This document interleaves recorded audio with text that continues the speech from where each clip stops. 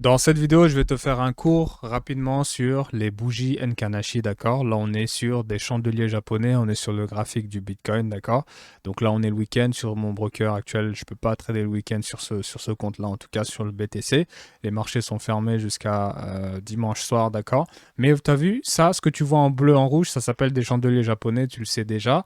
Et regarde comment la configuration, elle est. Et je vais te montrer la différence avec, justement, les bougies Enkanashi. Parce que tu as différentes façons d'avoir le prix exposé sur un marché. Donc là, c'est sur un des outils que j'ai, tu vois, un des templates que j'ai, tu vois les bougies, elles sont légèrement différentes. On peut penser que c'est la même chose, mais avec des couleurs différentes, mais c'est pas la même chose. Regarde, là, tu vois ce qui est en jaune là, tac, tac, tac, tac, tu vois ce qui est en jaune. Regarde, je remets ça. Regarde, regarde ici, en jaune, et là, tu vois, c'est pas la même chose. Ça, on pense que c'est la même chose, mais ce n'est pas la même chose. Regarde bien les bougies rouges. Je remets en Enkanashi. Regarde, tu vois, c'est pas la même chose. Tu vois les mèches? Tu vois la mèche? Je vais refaire encore un essai pour que tu vois bien. Tu vois la mèche là? Il n'y a pas de mèche. Et quand je vais en Enkanashi, c'est différent. Tu comprends? Donc ça va être un moyen de présenter le prix parce que c'est le prix qui est un peu sur les graphiques en chandelier japonais ou avec d'autres. Tu as plusieurs façons de présenter le prix. Il n'y a pas que les chandeliers japonais comme tous les traders utilisent ou même Enkanashi, c'est pas les seuls. Mais moi, c'est une configuration en bougie que j'utilise énormément pour prendre des setups parce que ça rajoute des confirmations à mon arsenal d'une certaine manière. Donc on va pas forcément te présenter ce genre de choses parce que sur le marché français, quoi, tout le monde en a l'impression s'est formé chez Elliott et Witt et tout le monde est en train de faire à peu près du ICT, du SMC, accumulation, les banques, blablabla. Ils ont tous appris à trader un peu le forex avec tous ces trucs-là. Alors qu'il y a énormément d'autres choses. On n'est pas obligé de tout apprendre sur les marchés.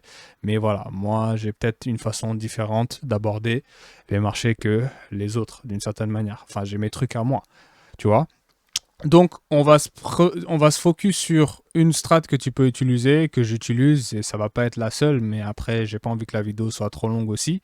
Ça va être d'utiliser les doji sur un marché, tout simplement. Le doji, je vais te le montrer, c'est une configuration Enkanashi qui te permet de prendre des setups à l'achat ou à la vente et facile. C'est une confirmation quand tu la vois, c'est hyper facile en fait. Tu sais que le marché il m'a fait ça, donc il y a moyen de bien manger à la hausse ou à la baisse.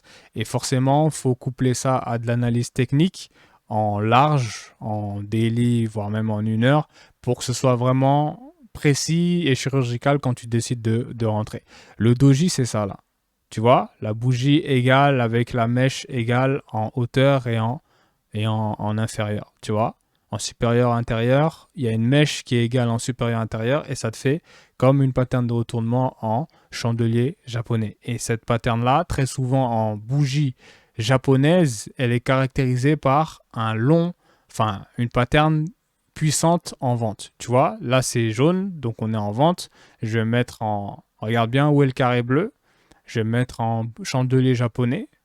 On va revenir, tu vas voir que ça va être une pattern rouge un peu descendante. Tu vois, ça c'est le doji qu'on vient de voir. Et si je reviens en Enkanashi, on est là. Bim. T'as vu? C'est pas la même chose. Et le doji, il permet d'avoir le signal pour se placer en vente ou bien en achat. Donc là, c'est surpuissant. C'est un truc que tu peux rajouter à ton analyse technique. Donc, je te le donne facile. On a un doji là, un doji ici et un autre là-haut. Là, un doji, là, un doji. On a un autre doji ici. On en a un. Où est-ce que je peux t'en donner un autre là? Un doji intéressant. T'en as un là, un là. Là, c'est pas encore ce que je veux chercher. Là c'est pas encore ce que je veux chercher. Après, pas besoin que ce soit trop parfait, mais j'aime bien prendre des doji parfaits, moi, sur les bons moments pour se placer. Là, il y en a un qui est parfait. Là aussi, il y en a un qui est parfait. Et là, c'était de l'argent facile, là.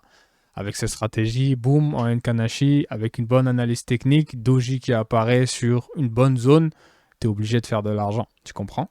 Donc voilà, je coupe cette vidéo. C'était une vidéo rapide pour te parler d'Nkanashi dans un premier temps, te montrer qu'il y a des stratégies tout entières et on peut devenir rentable uniquement avec ces bougies-là, d'accord?